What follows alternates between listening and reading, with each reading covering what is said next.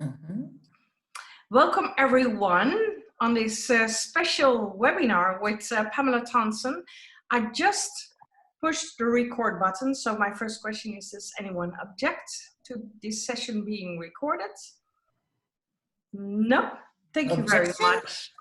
I'm going to introduce Pam shortly because you will get to know her in this hour, in the next hour. Of course, for us, she is our Female Wave of Change ambassador, first among equals in Canada. So she's the one really expanding Female Wave of Change in the different areas of Canada. But next to that, she's a keynote speaker, certified life and business coach, and skilled facilitator and trainer with over 25 years of experience as a global health and management consultant on 5 continents. She's passionate about supporting women leaders and change makers to embrace change, to thrive in life and work, and lead in uncertain times. Pam is the author of the #1 bestseller, Learning to Dance with Life, a guide for high achieving women. So, Pam, the floor is yours. Thank you so much, Ingen, for that gracious introduction. And I'm so pleased and honored to be here today. And I applaud all of you women who have taken time out of your busy schedules to be here for you today, because this webinar is for you. And I hope you find it helpful. So one of the things I've noticed during this pandemic, this challenging time, in talking with friends and colleagues and clients, is that people are responding and reacting in different ways. And some people are really finding they've had extremely busy lives, and this has forced them, this pandemic has forced them to slow down, pause, and reflect. Others still are feeling totally re-energized, and their creative juices are flowing, and they're feeling like there's so much they want to do, and they want to reach out and help others. And still others feel like they're on an emotional roller coaster. One day high and energized and excited about what's going on. The next day sad and feeling the burden of the world. So, and it doesn't matter what category you find yourself in or whether you're a mix of any of those. What I know and what I've heard is that a lot of people are finding that they really want to reflect on their life pre-COVID-19 and make some changes and have a different life that's more in line with who they are and what they want in the world post-COVID-19. So,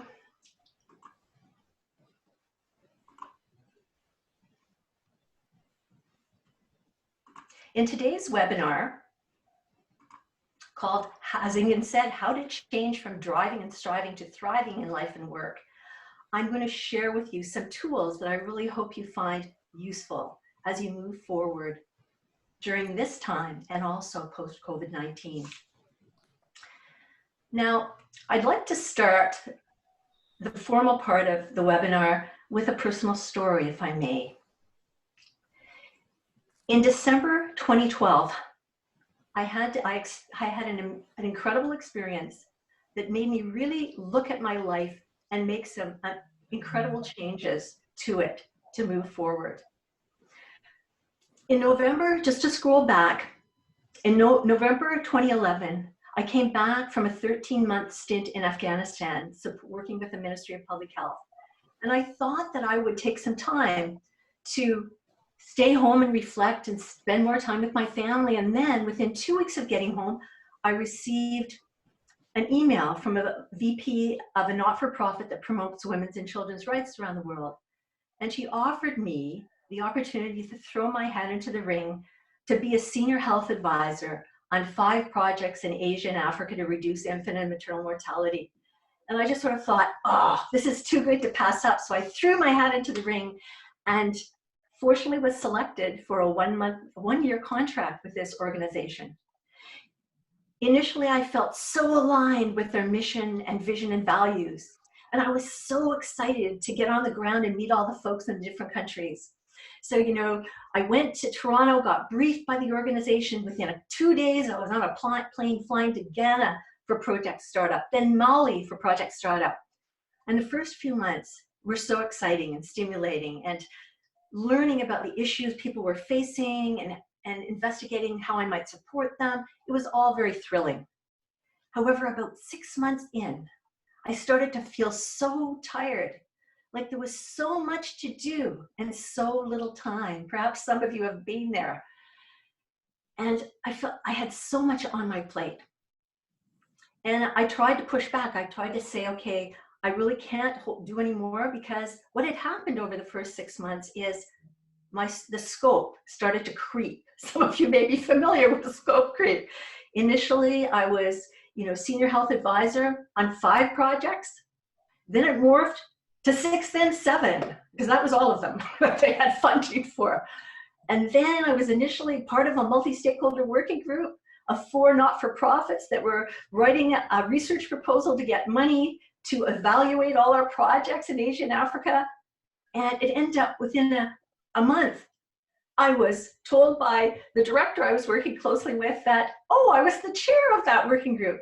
Well, that particular job ended up being almost full-time on top of the other stuff. So anyway, I was feeling really tired, but I pushed on, because that's what we do when we're passionate change makers and leaders.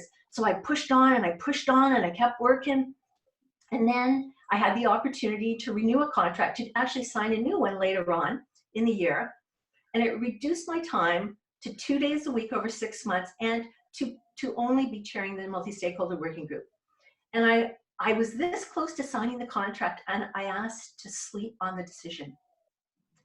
And when I woke, I felt just like a lemon that had been squeezed dry.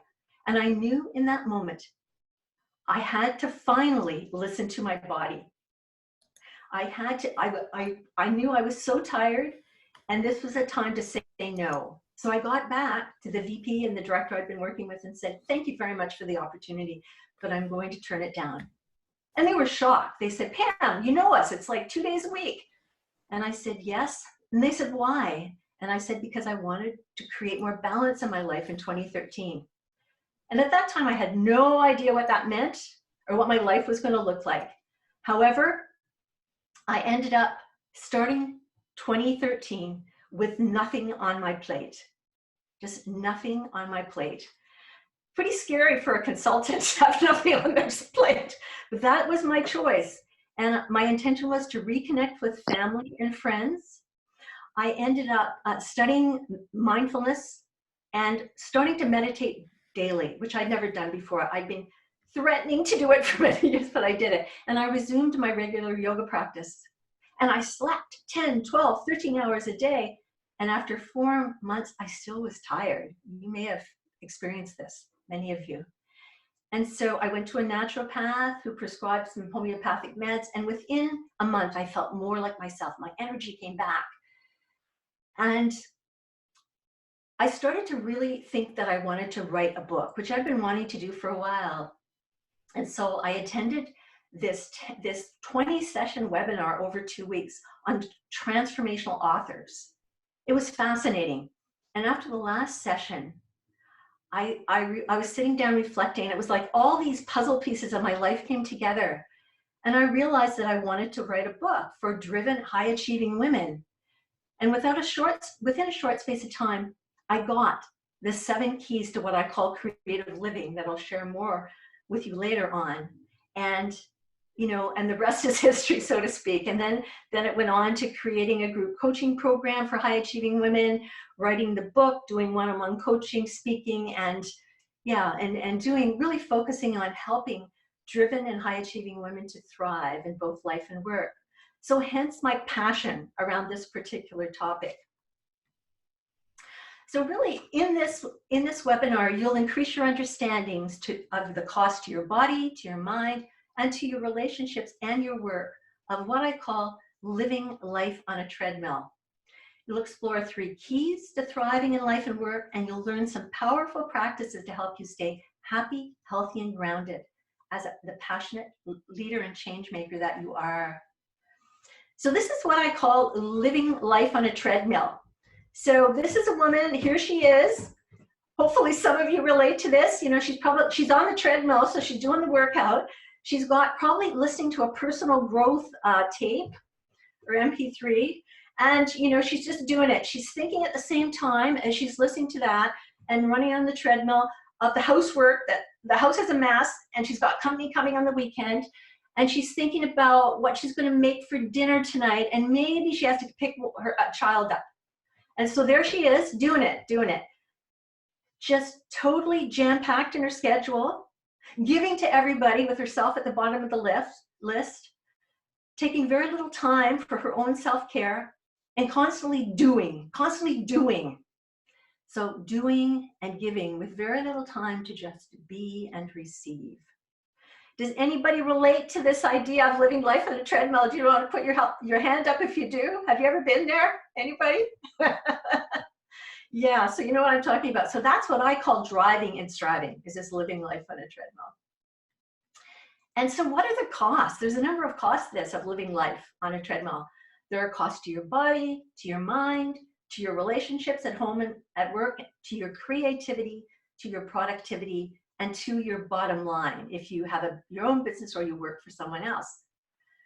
So I'd like to open it up, and feel free to unmute yourself if you have an idea you'd like to contribute in terms of the costs to your body of this life when you're constantly doing and giving. Anybody want to talk about the cost to their body? Shashi? Hi, Pam. Hi there, great to see you, Jan. Hi there. Well, I'll just contribute to it that when I was burning the candle at all three ends, is how I'd term it, that the cost to my health was developing ultimately a diagnosis of multiple sclerosis when I was 23, and the treadmill was a turbo treadmill, and it cost me, I was paralyzed from the neck down. And thankfully I've recovered, but it's been a very long journey, and one that cost my health, my marriage, my career, a number of things. And I'm so grateful to have run the full gamut and slowed down now, walking on the treadmill. Thanks so much for that share, Jan. Thank you. So yeah, so what happens is when we constantly drive and strive, our stress hormones, cortisol, adrenaline, and such like are pumping through our body all the time, and they have no time to dissipate and help us return to what's called homeostasis. And over time, we either burn out or get adrenal fatigue or get autoimmune disorders such as MS that Jan shared, or fibromyalgia, or we also get cancer. I have numerous colleagues, very ambitious and successful women, who've been diagnosed with different types of cancer and all those other things I've mentioned. Shashi, did you want to share something?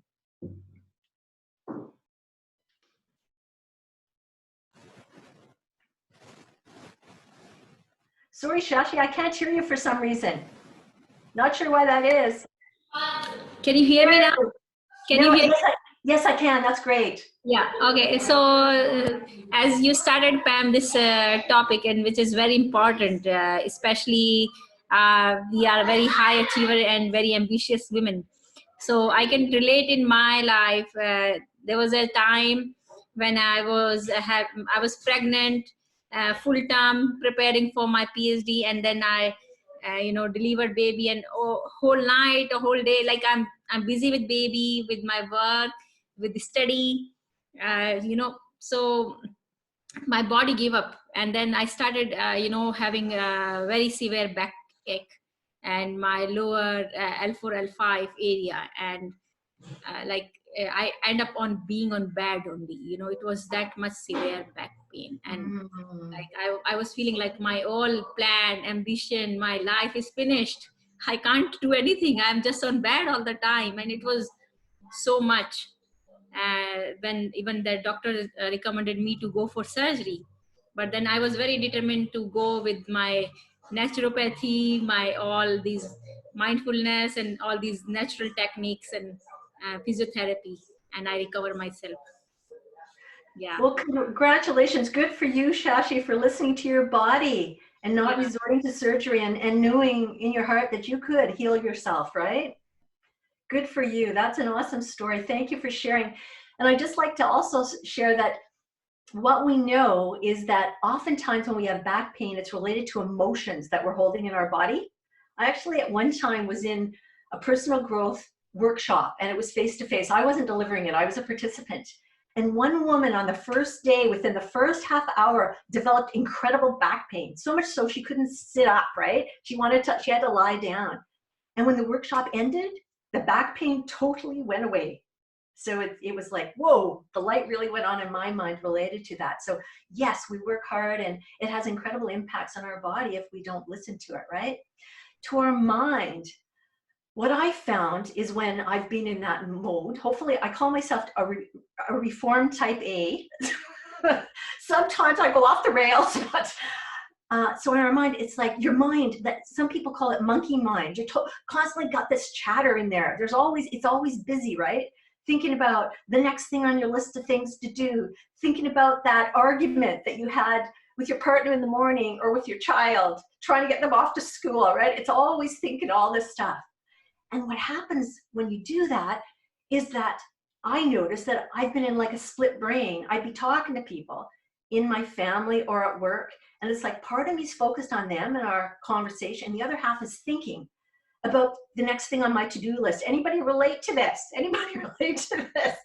Yes, and what happens is when you're living life like that, subconsciously or consciously, that person you're interacting with knows that you're not totally attuned and focused on them.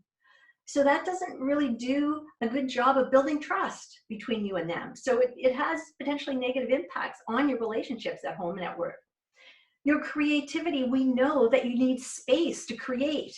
If you're constantly busy, you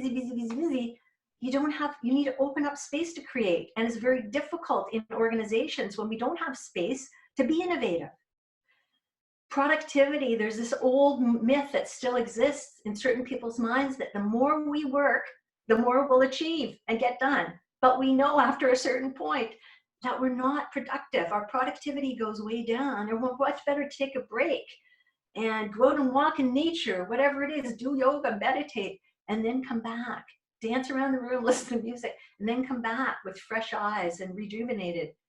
And also, we also know that the bottom line is totally affected, whether it's your organization or someone else's. If everybody's driving and striving all the time, they lose their productivity, they lose their creativity, and it does have a negative impact on the bottom line. So what is the alternative? The alternative I call dancing with life. This is what I mean by thriving, and it will mean different things to each of you. So I invite you now to play with me for a moment. And if you feel and you're able, I invite you to stand up for a moment, and with your legs about hip width apart, about hip distance apart. So you can stand up with your legs about hip distance apart. And when you're ready, I invite you to close your eyes. So just get into your body and close your eyes. And I invite you to imagine a dance you love to do or a dance you love to watch.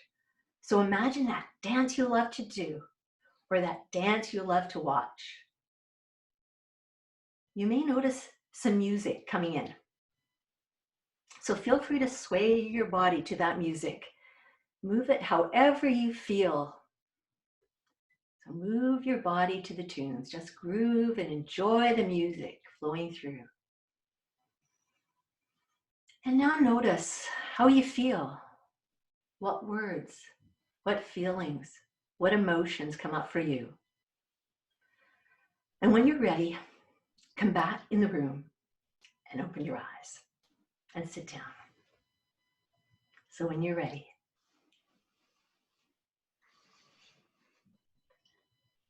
So I invite you to sit down when you're ready.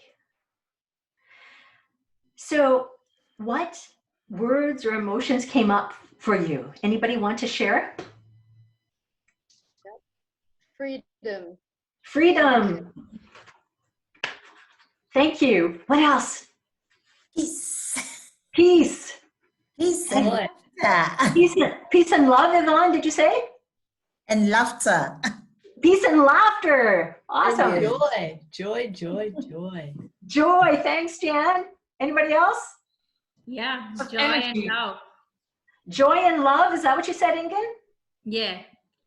Great. Who else? Shashi, sorry. I said joy and love. Joy and love. Thank you, Shashi. Anyone else? For me, it was energy. Energy. Anyone else have anything to share? Mine was freedom and adventure and playfulness. That's what I get. Freedom, adventure, and playfulness. So what I know to be true is when you integrate the 7 keys to what I call creative living into your life, you will learn to dance with life. And who wouldn't want more and more of these feelings of freedom, peace, joy, love, energy, and laughter and adventure? Who wouldn't want more of that in their life? So I'd like to introduce a concept called creative living, and it is the conscious cultivation of improved health, happiness, fulfillment, and inner peace in your life.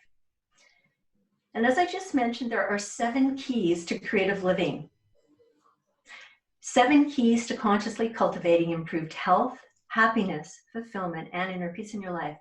And each key has proven strategies and powerful practices associated with it that are supported by evidence from neuroscience, the health promoting and healing benefits of the arts, and Eastern psychology.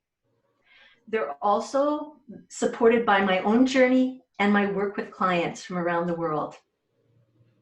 And I also, when I was writing the book, did in-depth interviews with 20 women, 20 successful, ambitious, driven women on 3 continents to validate the attributes of high-achieving women that are in the beginning of the book. So the first key, I'm going to share with you 3 keys today. I'm not in a position to share them all at this point. And the first key is tap into and express your creative side.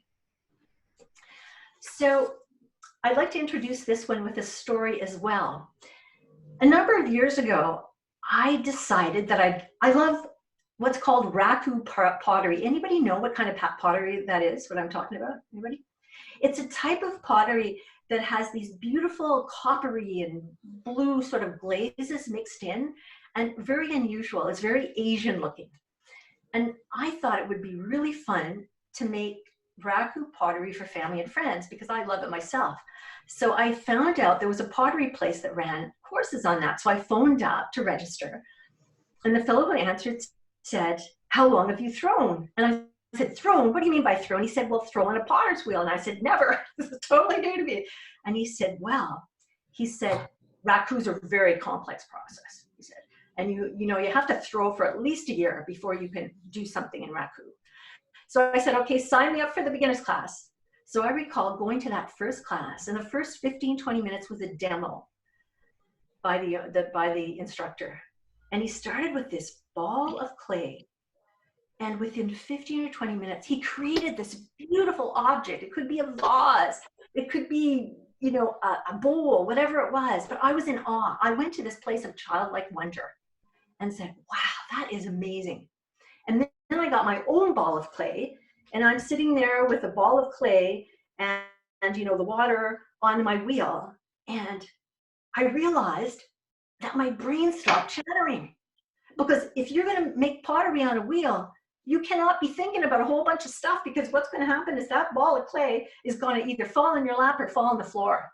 So it made me realize how important connecting with my creative side was. And does anybody know which side of our brain the creative side is? Anybody know? Yvonne, do you want to share? You're on mute. Yes, I won't forget that, Pamela, because of my genes, it's the right side. Yes, this is our right side, whereas our left side is the more logical, rational side of our brain. And a lot of times I feel like in our culture, we've really dampened down the creative side and not valued it. Since the Second World War, it's been all about, over time, learning, and then we got into the knowledge, information. It was all about packing your left brain and becoming an expert, a subject matter expert or whatever, right? And we really lost touch. Many of us who've been successful and are very driven, really focused on that. And we've really dampened down our creative side, our body, all that wisdom that we have. And this is so, so important to tap into it and express it on a regular basis. And I'd like to share that part of this, as was illustrated in the dance exercise, is the importance of play and laughter in your life. And there's a fellow called Stuart Brown, and he founded the National Institute of Play. And he said that play is not only energizing and fun, but it's also really important for human, physical, emotional, cognitive development and intelligence. So what we know to be true as well is when kids don't learn to play during their early stages of development, it affects them on so many levels. And so this is totally important, not only in child development, but as we move forward in our life and in our work. And the other thing is, I really like Candace Pert. Some of you may have read her book, Molecules of Emotion. She sadly has passed, and she was a pharmacologist and neuroscientist. And she said, play and laughter are vital to feeling good. For you not to be laughing and playing during some part of every day is unnatural and goes against your fundamental biochemistry. For you not to be laughing and playing during some part of every day is unnatural and goes against your fundamental biochemistry. To me, that's huge. And it really tells us that we need to reconnect with this creative side in our body, because it is so important for our health and wellness. So I'd like to share a couple of practices associated with this key of tap into and express your creative side.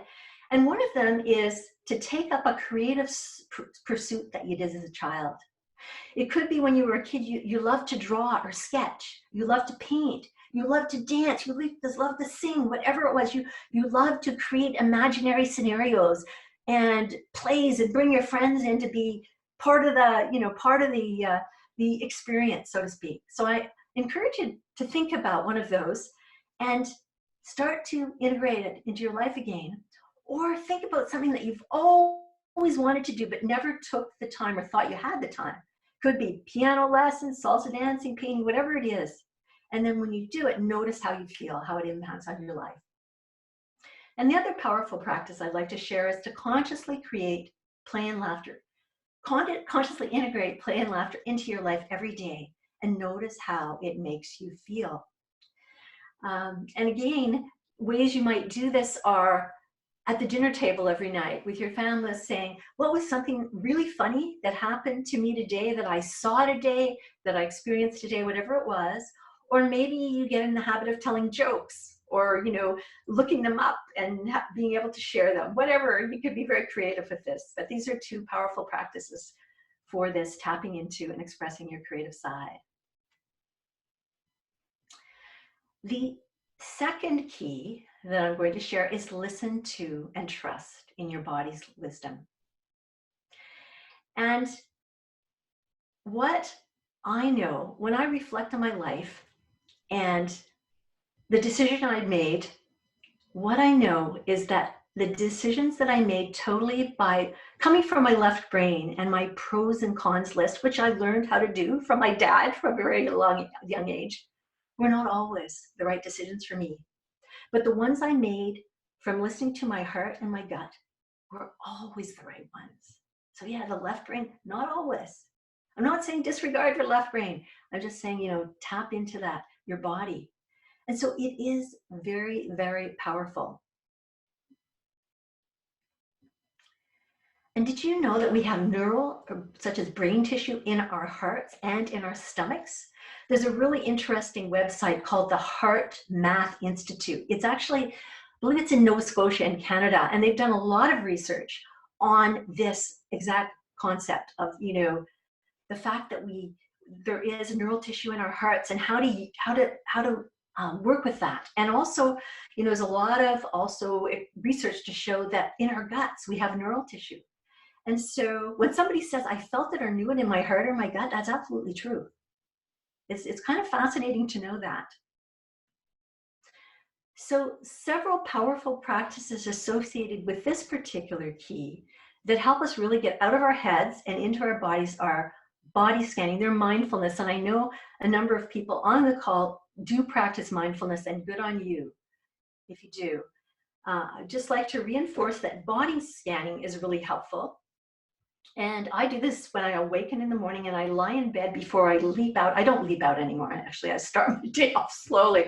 But I used to leap out and hit the ground running. And you lie in bed and you close your eyes and you just scan your body from the top of your head to the tips of your toes. And just notice if you have any discomfort, if you have any tightness, if you have any pain anywhere. And I find it quite fascinating because a lot of times I'm not even aware of these things unless I go to a massage therapist and then they start working on me. But if you do the body scanning, you really notice, whoa. And then I encourage you to breathe into that area and set the intention to release it and let it go. And it sets you up for your day in a more relaxed state.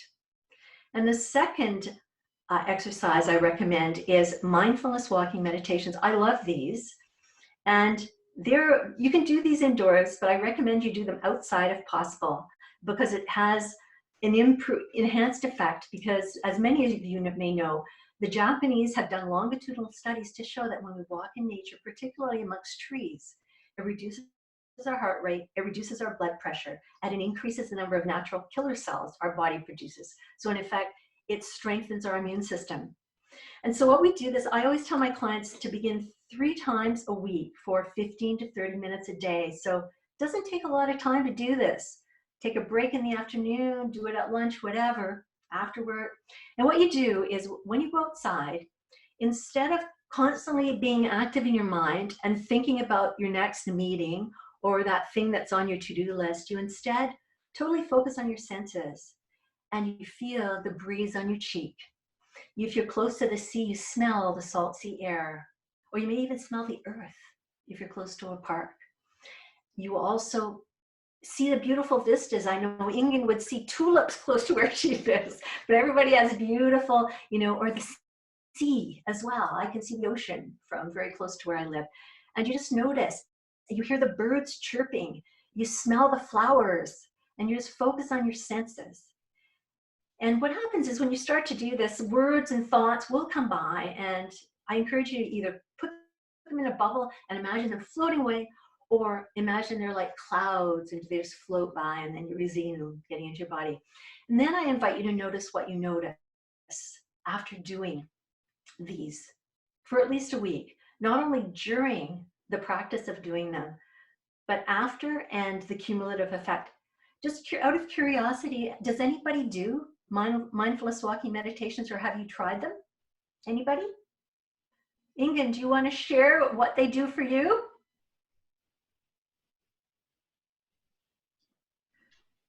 Yes, well, for me, it's very important. Walking is meditative. It's, and I'd love to walk, I need to do this on my own, not when, I also walk a lot with my husband, and then he keeps on talking, and I feel like I know what you mean. he feels that is the moment to talk. Well, I feel like, this is the moment not to talk and just be quiet. And, for me, that is really the moment that I fill my cup, This is really the moment that I recharge and get more energy. So it's, I love it. Thank you for that sharing. Does anyone else practice mindfulness walk? Nandita? Yeah, I have 3 practices. I do a little bit like Ingun. I'm very sensitive to nature because I get, I'm a highly sensitive person, it's like, and the problem is I'm a sponge. I take everything in and everybody's dramas, and I have problem coping with that. So what I do is, I go in the forest and I just recharge myself. I take my shoes off.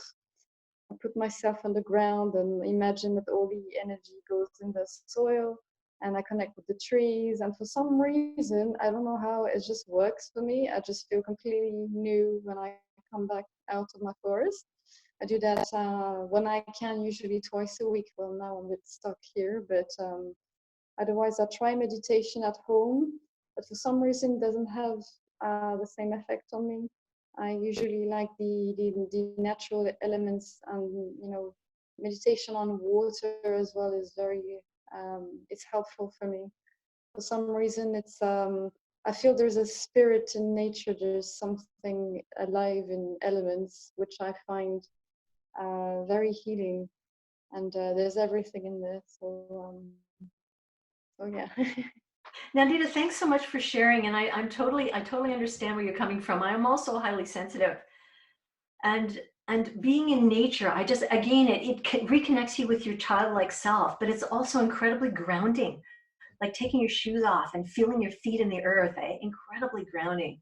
So good for you to do that and know that about yourself. Anyone Well, else? Yvonne, sorry, go ahead. Oh yeah, I didn't know there was a psychologist who was a Japanese who told me there's an actual practice that actually is scientifically proven for people who are highly sensitive and empath, and all these people, even kids with autism, they use this because there's electrical currents that get out of your body apparently, and I tried and it works. So cool, that's great, thank you. Yvonne, did you want to share? Yes, in an interesting way, as a young girl, that's what was installed in me, but I didn't understand the value at the time because I went to a Catholic boarding school and would always go to mass at 6 o'clock. So which means 5 o'clock, we are ready. And as a group of girls, we're walking in stillness, not allowed to talk. You will just feel the fresh air and those footsteps until we get there. Even after mass, not talking, we go silently. We would walk a lot in silence and only talk after breakfast. But in my journey then, I met obviously a lot of people who reminded me of all of that. So I like also working with bare feet. I like touching trees. When it's early in the morning or later, then you can just feel the fresh air, feel that stillness, and it's very beautiful. It's so true, Mama Yvonne. Thanks for sharing that. It's, yeah, silence. I think Ingen was also talking about, and indeed the silence. There's something about when the silence, you can feel the nature and the elements, right? And you really also can go into your body and also release anything that isn't serving you, right? It's quite powerful, incredibly healing as well. So thank you all for those amazing shares. So the third key I'd like to share is consciously create right and left brain body balance. And to illustrate this, you can see this stool is that if you're if you're in your mind all the time, the stool's off balance. If you're in your body working out or running around all the time, it's off balance. And if you're not connected to some sort of, I think, spirit, a lot of times you don't feel whole and complete. And so this is meant to depict, creating right and left brain body balance. And again, left brain, logical brain, right brain, creative side. I'm fascinated, and I've studied some medical anthropology when I went to graduate school. I didn't become an anthropologist. I almost did, but I didn't. And one of the things that I'm fascinated by are the beliefs and practices surrounding health and illness. And what really caught my attention when I was studying was the practices of India, and I know we have some folks with backgrounds from India and also China, because India has this philosophy of Ayurveda, probably many of you know, and it's all about balance. And these practices and these philosophies and these ways of being have been around for like 5,000 years. Sages created them, right? And so they've known the importance of balance for thousands of years. Likewise, the traditional Chinese and traditional Chinese medicine. And what I find really interesting about both of these cultures is they have what's called a hot and cold theory of health and illness, which means they categorize different conditions or illnesses as either hot or cold. So when you have a hot illness, you're meant to eat cooling foods. And when you have a cold illness, you're meant to eat heating foods to bring your body into balance. An example is when a woman is pregnant. From a traditional Chinese point of view, it's considered a heaty condition. So she's meant to eat cooling foods to bring her body back into balance. And when she gives birth, she's then in a cooling stage, and she needs heating foods to bring her body back into balance, like chicken broth made from chicken bones, for example. So to me, that's really fascinating. And I think there's so much for us to learn from other cultures. In the West, we've been so focused on the mechanics of fixing ourselves up, and we've made amazing strides. However, this need to consciously create left, right, brain, body balance, we can learn a lot from traditional cultures and even our indigenous cultures as well, because they're all about balance. So I find this really fascinating. The other thing too is, I don't know how many of you know Daniel Pink. He's an author. He's written a number of books. He wrote a book called A Whole New Mind a few years ago. And he did some research, and what he found is that during this era that we're living in order to be successful, healthy, happy, and successful in our lives and our work, it's really important to use both sides of our brain. So this is backed up by research, this idea of creating this right and left brain body balance.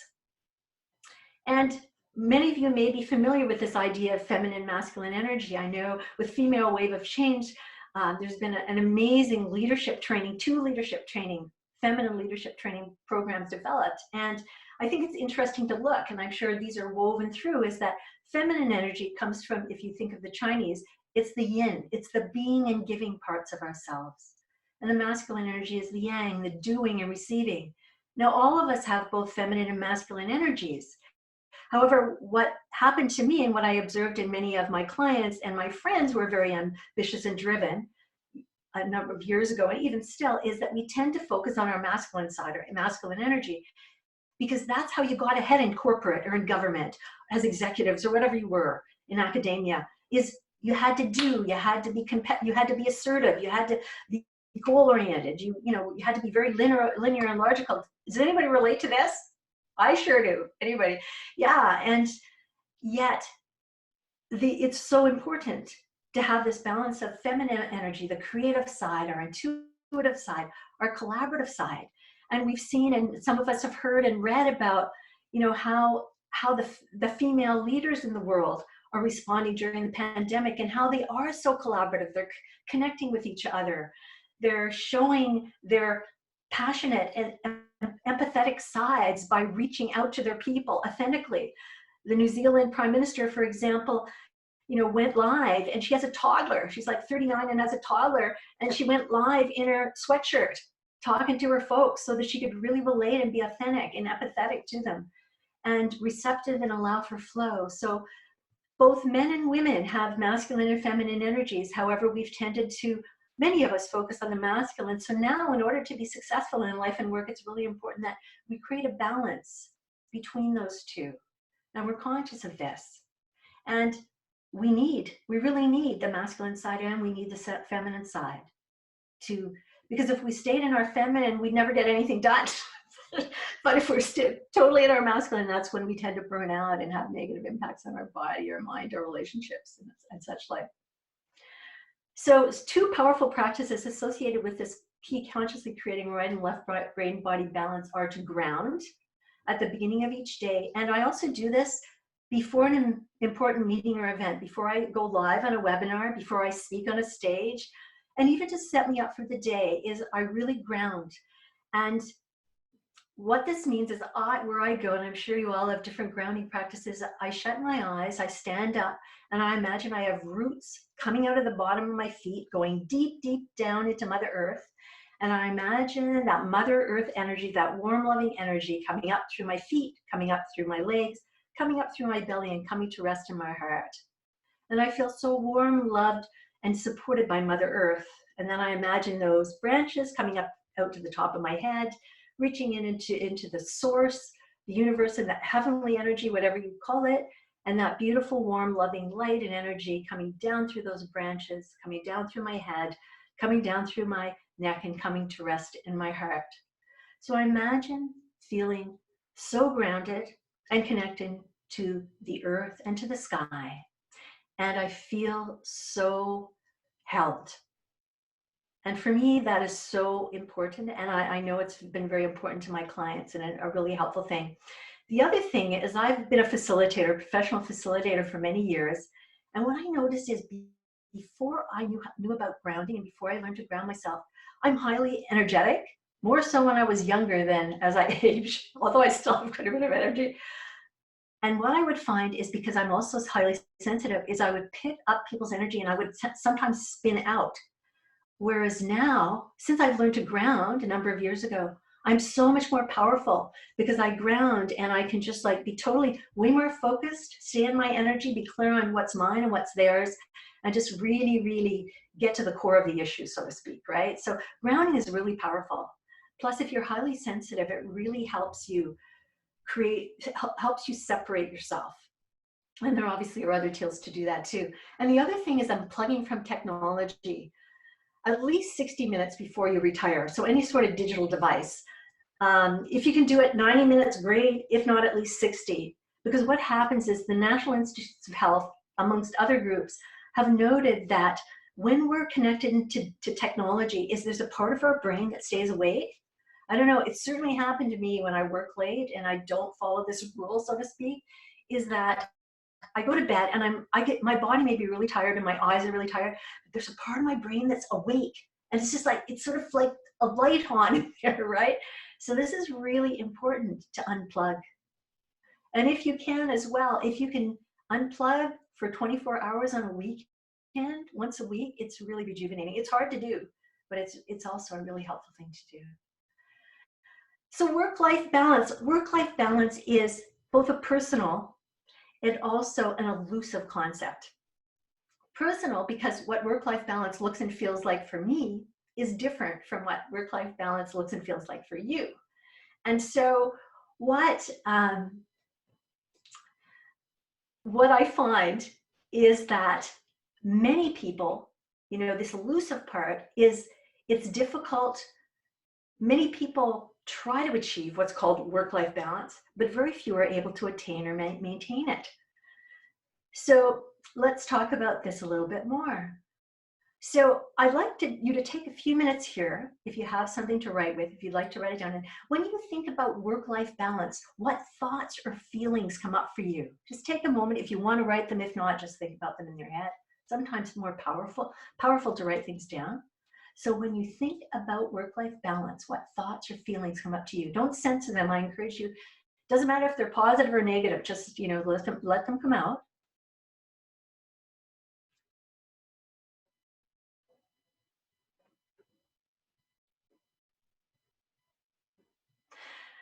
Okay, does anyone want to share a thought or a feeling that came up for them? Ingrid. Yes, well, for me, when I talk about work-life balance, it is very much also about me time and, caring about me, and that is something that I know it's one of my issues lifelong, that you pay more attention to your work and, your job or your business or, now female wave of change. And that's, especially the me time is not so much there. And, I try to get it because work and life balance, that is very much for me about, creating the time to pay attention to me, to self-care. So true. Thanks for that, Ingrid. Does anyone else have a share on that? Nandita? Yeah, I do really struggle with this one a lot. Turns out when I read the work-life balance, every time I hear it, I said, okay, it's very good in theory, but for me, I don't think, for some reason, I never really achieve it, or only for a very short time. Because the problem is I don't know how to set my own limits. I just don't know. I just carry on one thing and then I'm carrying on another thing, and then I never really managed to do it. So for me, I can't really say I'm very good at it. So Well, thanks for your openness and your honesty. I think many of us are challenged and struggle with this. So hopefully some of the things I share after this, but also previously, will be of some help to you. I think Yvonne had a share, and then we'll move on to the next piece. Yes, I think what had crossed my mind was, how do I spend my 24-hour day? Where is the focus? Where do I use many hours? And I guess also it felt like, hey, there's a need just to review all of that, how I balance between taking care of myself, doing the things that I need to do, resting, and having fun as well, because I think that's where most of us forget, at least me. So going back to, and I think I have a nice homework today just to check that, Yvonne, what are you doing? You've got 24 hours. How many hours do you use to rest and sleep, for work, for fun, for resting, and all of that. So Thanks very much for that, Yvonne. In fact, you've segued nicely into part of the next piece I was going to share, is that sometimes it's helpful to develop two pie charts, one of your current reality, how you're living your life, and one how you'd like to see it. And you very rightly said, talked about, and you basically break up your week and say, how many hours do I typically, or you can do it in a day, actually. It's probably easier to do it it can be a week, because then you get more normalcy probably around it, an average. So if you do it for a week, how many hours a week do I normally spend resting? Is it 6 hours a night times whatever? How many hours a week do I spend on self-care? How many hours a week do I spend socializing with friends and family? All those things. So you can do it for now, and you can create a vision of what you'd like it to look like in the future. So I put a piece in here, how to integrate work-life balance and model it for others, because as leaders and changemaker, this is really important, because we are role models for other people. So, if we have our acts together, we can have an incredibly positive impact on others in our world, in our families, in our workplaces, in our communities, and it ripples, right? So again, count up the number of hours you typically work in a week. And if you typically work more than 50 on a regular basis, that's probably quite a lot, and many of us do. Then make a commitment to reduce the number of hours that you're working, and be realistic. Don't move, expect you're going to reduce it by 10 hours a week, but you may want to start with 3 or maybe 5, depending on how many. If it's up to 70 or 80, you maybe really want to start at least with 5, and then experiment with a work week when you have reduced hours. Notice how you feel. You may wish to journal about it, and you may wish to, as I said, integrate the 3 keys.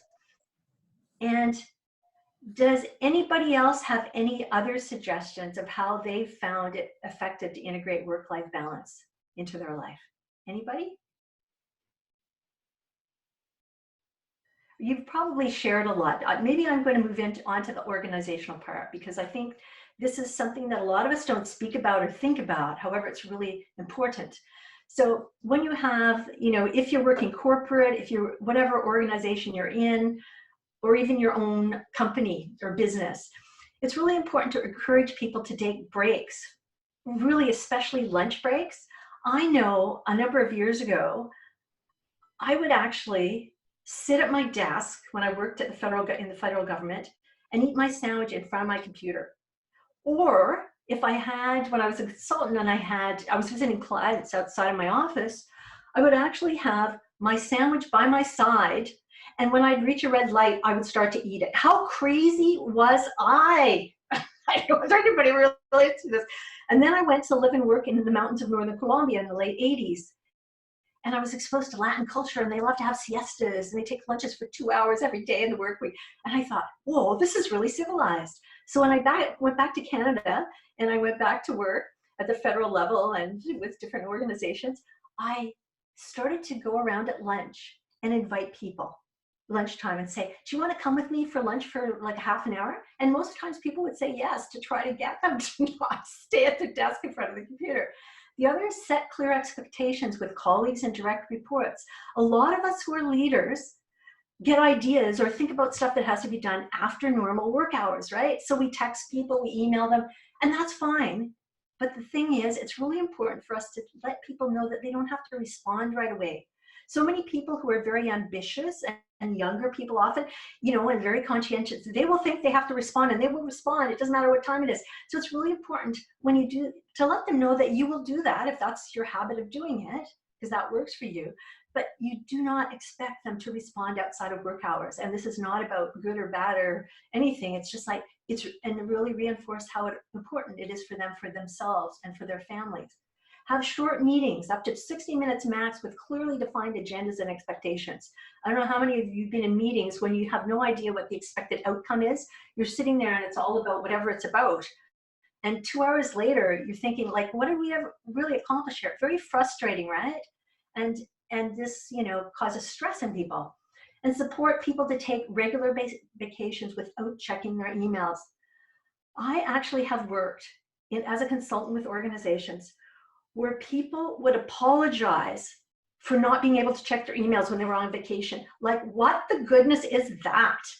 Like, and not-for-profits, a lot of them who work with women and children are big, they do this. Their people are so passionate and committed, and they burn out and they get sick. And this is huge. This is really important for people to believe, yes, we value your work, but you're not indispensable, and you need to take care of you before you can take care of others, right? Have yoga classes and or a gym on site and participate in these classes and use the facilities yourself, so you're modeling this for others. Schedule slack time in every week to finish work that got delayed or took longer than you thought. Many of us underestimate the time it will take to do things. There was a really interesting study done with not-for-profits in the States, and then they developed this term slack time. And what they discovered is this fact that we underestimate, and how it's really helpful to have spaces in your agenda every week, so that if stuff spills over, you have time to deal with it, and you also have time to take a break and be creative, right? And to reflect. Celebrate with your team when you reach a goal or finish a project. I used to be so bad for this. You know, I'd have my list, check it off, no celebration, just say, yeah, I did it. But, you know, celebrating yourself and with your team is so important. When I moved from working with government to working for a private sector organization, we basically designed and managed international development projects around the world in a variety of sectors. Every time we won a major bid, we had 2 offices, one in Calgary, that was head office where I worked, and one in Ottawa, the VP ran. And anytime we won a big bid, or a huge bid, both offices, the VP and the president would get on the phone with the rest of us around them, pop a bottle of champagne and toast. I'm not recommending everybody drinks, but it was really, really positive, because the team was being rewarded for that hard work that they did, right? And the fact that they had done a good job. So I'm looking at our time, and I'm feeling that we're very close. If someone has a burning strategy that they'd like to share that has worked really well for them in their environments in terms of helping model work-life balance, or you know, help it be modeled and integrated at the organizational level, feel free to share it quickly. Anybody have anything they'd like to share? Okay then. So I invite you to identify 2 powerful practices based on what I've shared that you commit to integrating into your life starting tomorrow. So it could be the grounding, it could be the mindfulness walking meditations, could be the creative pursuit, whatever it is. And to support is really important to change any behavior. We know this. So I encourage you to identify 2 or 3 cheerleaders and or accountability partners to support you with these commitments. Share them, have them maybe text you every day and say, did you do this? Or at the end of every week, have you done your mindfulness walking meditations 3 times? Good on you.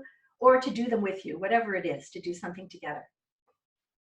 If you'd like to learn more, you can visit my website at pamela-thompson.com, or go to Amazon and search directly for Learning to Dance with Life, a guide for high achieving women. And in summary, you've learned the cost to your bodies, your minds, your relationships, your creativity, and your productivity of driving and striving. You've learned 3 keys to creative living and some powerful practices associated with thriving, or what I call dancing with life. And finally, I'm hoping that you've committed to incorporating 2 or more practices into your life that will support you to thrive in life and work. So I'd like to thank you for your active participation today and for playing with me. And I'd like to say, here's to you. Here's to your health, happiness, fulfillment, and success. Thank you all.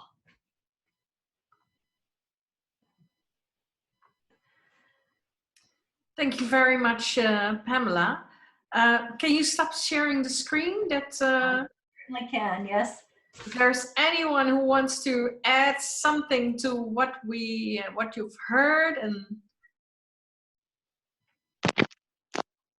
anyone? I just want to add, as Pamela and Nandita was talking about ground practice. It reminded me my childhood, and my father, he used to always recommend us, and he used to do himself walking on the green grass ground. And he used to keep saying, you should walk without, barefoot, without any slipper or shoes.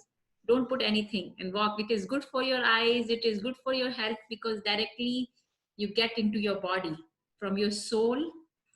It gets into directly in your body. The energy, as Pamela was talking about, it reminded me. So thanks for good reminder again, because many times you forget all these practice, I almost forgot, seriously.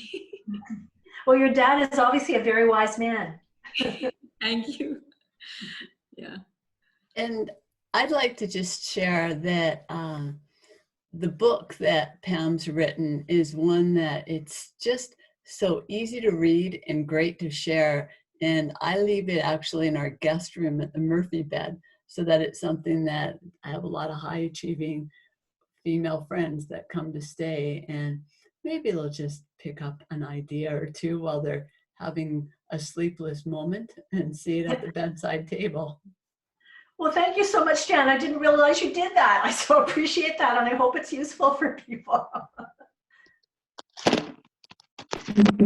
Well, I know Mom Yvonne is also reading it, or Yeah, thanks, Ingen. All I wanted to say is that thank you so much, Pamela. I'm actually enjoying your book, and I love it because it gives, what not so many books do it. They're very clear tools. But I think for today, I'm just taking away that inspiration that sometimes we forget that, the things that we focus on and spend so much energy, it's not even the things that we're gonna take away at the end of our life. So you have reminded us to go back to love, go back to that dance, to that laughter, to supporting each other and to serving. So in many ways, I think it is inspired what I need to prioritize moving forward, and also to look at the things that are stealing my time, my peace, and my freedom. Yeah. Thank you so much, Mom Yvonne. Yeah. well, thank you all. The thing that I was wondering, or was, when I see you speak, I just love her energy. I don't know about you, ladies, but when I see Pam talk and do everything, but there's so much energy, so bubbly. And I thought when we were mentioning about work-life balance, and I thought, she's talking twice as fast as other people. She's moving twice as fast as other people. So she can do so much more in so little time. So, but it's, I just love that. I love that energy. And for me, that really, adds up to the session tonight. Thank you very much. And, we only did the three points. So I really have to get your book to know what are the other 4. Thanks, Inga. It was a real honor to be on this webinar with Female Wave of Change. Thank you. Thank you all. Have a lovely evening or a lovely day wherever you are in the world. And we hope to see you soon. Thanks for hosting us, Ingen. Thank you, Ingen, and thanks Everyone. everyone. Thanks a lot. Bye-bye. Always a pleasure to share. Great. Bye-bye. Bye, and have a peaceful night. Bye. You as well. Stay safe, stay calm, stay kind. Thank you. Healthy. Love and happiness.